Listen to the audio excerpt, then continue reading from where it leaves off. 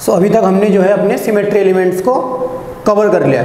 सो जो हमने अभी आपको असाइनमेंट 1 प्रोवाइड कराया था, सो उसका सॉल्यूशन देख लेते हैं। तो उसमें मैंने बताया था कि हमें A to Z जो अल्फ़ाबेट हैं उनमें सभी में सिमेट्री एलिमेंट्स को लगा के देखना है कि कितने टाइप्स के सिमेट्री एलिमेंट्स इसके अंदर प्रेजेंट हो सकते हैं। ठीक है, सो जो हमारा फर्स्ट एग्जाम्पल था, क्या अल्फ़ाबेट का लेटर है A। सो मैंने बोला कि हम हमेशा ये कार्टेशियन कोऑर्डिनेट अपनी पूरी ग्रुप थ्योरी के अंदर फॉलो करेंगे।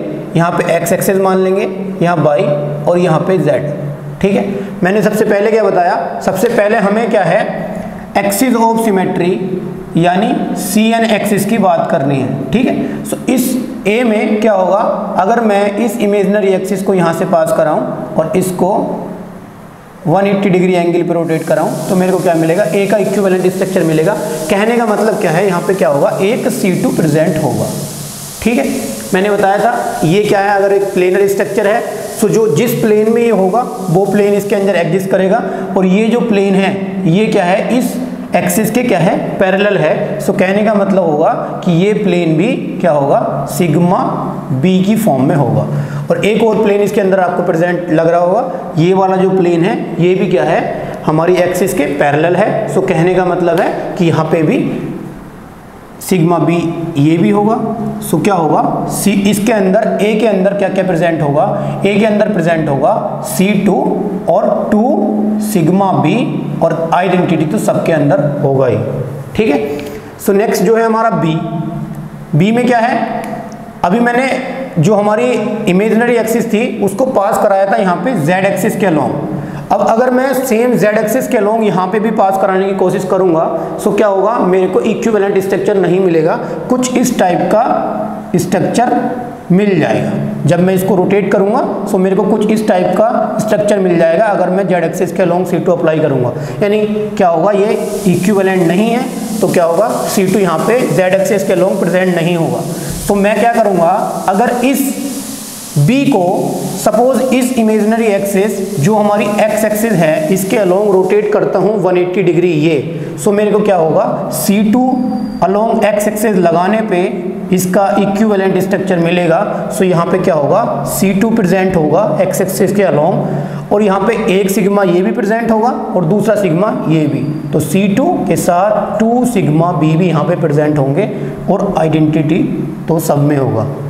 नेक्स्ट जो है हमारा C, तो C में बिल्कुल एग्जैक्टली सेम यही होगा। अगर मैं इसको x एक्सिस की डायरेक्शन में रोटेट करूंगा सो क्या होगा, इक्विवेलेंट स्ट्रक्चर मिलेगा यानी C2 होगा, और हमारे पास 2 सिग्मा B भी प्रेजेंट होंगे, एक सिग्मा B ये वाला और एक सिग्मा B इस प्लेन में। तो C2 के साथ 2 सिग्मा B भी प्रेजेंट होंगे। नेक्स्ट हमारा D है, D में भी सेम क्या होगा, इस एक्सिस के अलोंग रोटेट कराएंगे और ये ही एक प्लेन होगा, एक प्लेन ये होगा और दूसरा प्लेन क्या होगा जिसमें ये रखा हुआ है, मॉलिक्यूलर प्लेन। तो क्या होगा, C2 और 2 सिग्मा B के साथ आइडेंटिटी इसमें भी होगा और आइडेंटिटी इसमें भी होगा। सो ये आपने अच्छे से कवर करे होंगे। नेक्स्ट जो है हमारा E में भी क्या है, हम कोशिश करेंगे कि पहले इसको इस एक्सिस के अलोंग रोटेट कराएं तो इक्विवेलेंट स्ट्रक्चर नहीं मिलेगा। देन हमें क्या करना पड़ेगा, इस एक्सिस के अलोंग रोटेशन कराने के बाद ही इक्विवेलेंट स्ट्रक्चर मिलेगा। सो यहाँ पे क्या होगा, C2 लगेगा अलोंग एक्स एक्सिस और 2 सिग्मा B भी प्रेजेंट होंगे और एक आइडेंटिटी भी प्रेजेंट होगा। ठीक है, नेक्स्ट जो हमारा F है और जो हमारा G है, इसके अंदर क्या करेंगे, हम सबसे पहले एक्सिस ऑफ सिमेट्री लगाने की कोशिश करेंगे, लेकिन हम अगर इसको किसी भी एक्सिस के अलोंग रोटेट कराएंगे तो हमें इक्विवेलेंट स्ट्रक्चर नहीं मिलेगा। सपोज अगर आप कोशिश कर रहे होंगे कि इस एक्सिस के अलोंग रोटेट कराने की तो आपको कुछ इस टाइप का स्ट्रक्चर मिल रहा होगा, आप कोशिश कर रहे होंगे इस एक्सिस के अलोंग रोटेट कराने की तो कुछ आपको इस टाइप का स्ट्रक्चर मिल रहा होगा। कहने का मीनिंग है कि इक्विवेलेंट स्ट्रक्चर मिलना चाहिए, लेकिन इक्विवेलेंट स्ट्रक्चर यहाँ पे नहीं मिल रहा है। तो एक्सिस ऑफ सिमेट्री कोई भी यहाँ पे प्रेजेंट है नहीं। अब मैं बात करता हूँ कि ये स्ट्रक्चर जो है मेरा क्या है, एक प्लेनर है। सो प्लेनर है तो कहने का मतलब है ये जिस प्लेन में होगा उस प्लेन से बाइसेक्ट होगा। सो क्या होगा, यहाँ पे एक सिग्मा प्रेजेंट होगा ओनली। सो हम एक्सिस ऑफ सिमेट्री ना प्रेजेंट होने की वजह से इस सिग्मा को क्लासीफाई नहीं कर सकते कि ये सिग्मा B है, ये सिग्मा H है या सिग्मा D है। So we can say only sigma is present. ठीक है, यहाँ पे क्या होगा, G के केस में भी सेम केस होगा। अगर मैं इस मॉलिक्यूलर प्लेन को यहाँ पे अप्लाई करूँगा सो मेरा ये सिग्मा प्रेजेंट होगा, अदरवाइज C2 C3 कुछ भी प्रेजेंट नहीं होगा। सो यहाँ पे भी ओनली एक सिग्मा प्रेजेंट होगा। ठीक है, नेक्स्ट जो है हमारा H है। H में हमें क्या करना है, सबसे पहला थिंग क्या है, इस एक्सिस जो कोऑर्डिनेट हैं बाई एक्स जेड, सबसे पहले मैंने क्या किया, जेड एक्सिस के अलोंग इमेजिनरी एक्सिस को रोटेट कराया। सो जेड एक्सिस के अलोंग इमेजिनरी एक्सिस को रोटेट कराने के बाद ये इधर घूम के आ जाएगा और ये घूम के इधर चला जाएगा। कहने का मीनिंग है हमें इक्विवेलेंट H ऐसे ही मिल जाएगा अगर हमने इस इमेजिनरी एक्सिस के अलोंग 180 डिग्री रोटेशन कराया। ठीक है, ये क्या लगाया मैंने, C2 अलोंग जेड एक्सिस। अगर मैं बात करता हूँ C2 अलोंग एक्स एक्सिस की, तो इस एक्सिस के अलोंग भी रोटेट कराने के बाद मेरे को इक्विवेलेंट स्ट्रक्चर मिलेगा। यानी C2 अगर मैं एक्स एक्सिस के अलोंग भी लगाऊंगा तब भी मेरे को क्या मिलेगा, एक इक्विवेलेंट H मिलेगा। देन अगर मैं ये बोल रहा हूँ बाई, तो ये क्या है, x ऐसे है, z ऐसे है और बाई कहाँ है, यहाँ पे है। अगर मैं बाई की बात कर रहा हूँ, इस बोर्ड के परपेंडिकुलर प्लेन में अगर मैं पास कराता हूँ क्या, C2 यहाँ से, सो ये क्या होगा, रोटेट कराने के बाद ये घूम के यहाँ आ जाएगा और ये घूम के यहाँ पे चला जाएगा। कहने का मीनिंग होगा कि यहाँ पे भी H क्या होगा, इक्विवेलेंट मिलेगा। सो C2 अलोंग बाई एक्सिस भी यहाँ पे प्रेजेंट होगा। सो यहाँ पे तीनों एक्सिस के अलोंग हमें C2 मिल रहा है, तो यहाँ पे कितनी C2 प्रेजेंट हुई, सो जो हमारे 3 C2 यहाँ पे प्रेजेंट हैं। सो 3 C2 में जो हमारा ये वाला C2 है और ये जो प्लेन है आपस में क्या है, परपेंडिकुलर है। सो ये जो प्लेन होगा जिसमें ये रखा हुआ है वो क्या काम करेगा, सिग्मा H का काम करेगा। उसके अलावा जो हमारे दो मिरर प्लेन बचे, कौन सा, एक ये वाला जो जेड एक्सिस के पैरेलल है और एक ये जो एक्स एक्सिस के पैरेलल है। सो क्या होगा, वो क्या होगा, सिग्मा B होगा। सो इसके अंदर क्या प्रेजेंट होगा, H के अंदर आइडेंटिटी होगा, 3C2 प्रेजेंट होगा और 2 सिग्मा B और 1 सिग्मा H भी प्रेजेंट होगा। ठीक है, सिमिलर केस क्या है, I का है। अब आप इसको क्या समझ सकते हैं कि मैंने खुद H को ऐसे ऐसे ऐसे ऐसे रोटेट किया तो ये क्या मिल गया, I। सो सेम जो यहाँ पे सिमेट्री एलिमेंट हैं, यानी क्या, आइडेंटिटी 3C2 2 सिग्मा B और 1 सिग्मा H यहाँ पे भी I के अंदर प्रेजेंट होगा। ठीक है, अब सपोज हमारी बात आई J की। सो J के केस में भी क्या होगा, सबसे पहली थिंग क्या है कि ये वाला जो प्लेन है ये प्लेन प्रेजेंट होगा, एक्सिस ऑफ सिमेट्री यहाँ पे कोई भी प्रेजेंट नहीं होगा।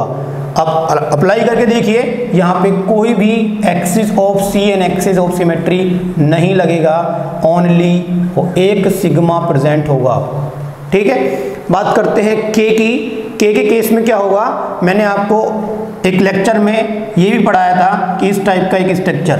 सो आप क्या कर सकते हैं कि इस K को ऐसे रोटेट करके देख सकते हैं और ये जो हमारा पाई, ये जो हमारा एक सीसो टाइप का स्ट्रक्चर बन गया, ये हमें बहुत हेल्प कर रहा है सीसो टाइप के स्ट्रक्चर में। ठीक है, सो यहाँ पे क्या है, ओनली एक ये C2 है एक्स एक्सिस के अलोंग, सो C2 लग रही है और एक क्या है, ये सिग्मा है और एक ये क्या है, सिग्मा है। सो दोनों सिग्मा आपस में क्या है, पैरेलल हैं, तो 2 सिग्मा B भी प्रेजेंट होंगे। L के केस में क्या बात करेंगे, L के केस में भी बात करेंगे सेम। अगर ये हमारा C2 यहाँ पे CN एक्सिस अप्लाई करेंगे तो CN एक्सिस प्रेजेंट नहीं होगी, सो इसलिए ओनली CN एक्सिस प्रेजेंट ना होने की वजह से सिग्मा प्रेजेंट होगा। ठीक है, बात करते हैं M की। M के केस में क्या होगा, यहाँ पे भी एक इमेजिनरी एक्सिस पास कराएंगे, C2 1 अप्लाई करेंगे और 2 सिग्मा B भी प्रेजेंट होंगे। N के केस में क्या है, अगर मैं N के केस में यहाँ से अगर एक्सिस ऑफ सिमेट्री अप्लाई करने की कोशिश करूँगा तो ये क्या होगा, ये मेरे को कुछ इस टाइप से उल्टा मिल जाएगा, ये मेरे को कुछ इस टाइप से मिल जाएगा, लाइक दिस टाइप। सो ये दोनों आपस में क्या है, डिफरेंट है, इक्विवेलेंट नहीं है। सो ये जो मैं जेड एक्सिस के अलोंग एक्सिस ऑफ सिमेट्री की बात कर रहा हूँ, सो जेड एक्सिस के अलोंग एक्सिस ऑफ सिमेट्री यहाँ पे प्रेजेंट नहीं है। सो यहाँ पे क्या होगा, अगर मैं इस बोर्ड के प्लेन से इसको रोटेट कराऊंगा, इस बोर्ड के प्लेन से यानी y एक्सिस के अलोंग अगर मैं C2 अलाउ कराऊंगा तो यहाँ पे क्या होगा, C2 अलोंग y एक्सिस लगेगा। ठीक है, और C2 अलोंग y एक्सिस लगने के बाद अगर मैं मिरर प्लेन, ये वाला मिरर प्लेन चेक करूंगा, सो ये वाला मिरर प्लेन प्रेजेंट नहीं होगा ओनली ये जिस प्लेन में है वो ही मिरर प्लेन इसके अंदर प्रेजेंट होगा। सो ओनली एक C2 है और जो ये मिरर प्लेन है ये क्या है, हमारी एक्सिस के परपेंडिकुलर है, यानी ये होगा सिग्मा H। इतनी बात आ गई क्लियर। ये जो है हमारा O, ये O हमारा होमो डायटोमिक मॉलिक्यूल की तरह भी बिहेव करेगा। सपोज ये मेरा क्या था, मैंने बताया था ये A है और ये A है, ये दोनों क्या हैं, सेम है, होमो और डायटोमिक है तो होमो डायटोमिक मॉलिक्यूल। अगर मैं इसको ऐसे रोटेट करूं तो मेरे को सिर्फ A दिख रहा है क्योंकि इसने इसको क्या कर लिया, आपस में कवर कर लिया। सो सिर्फ A दिख रहा है कहने का मतलब, और A का मतलब एटम का मतलब क्या है, स्पेयर है। सो ये क्या है, होमो डायटोमिक मॉलिक्यूल की तरह भी बिहेव कर सकता है। तो यहाँ पे मैंने आपको बताया था क्या होगा, C इन्फिनिटी और इन्फिनिटी C2 के साथ इन्फिनिटी सिग्मा B और एक सिग्मा H भी प्रेजेंट होगा और आइडेंटिटी सब में होगा। ठीक है, नेक्स्ट हम बात करते हैं अपने P की।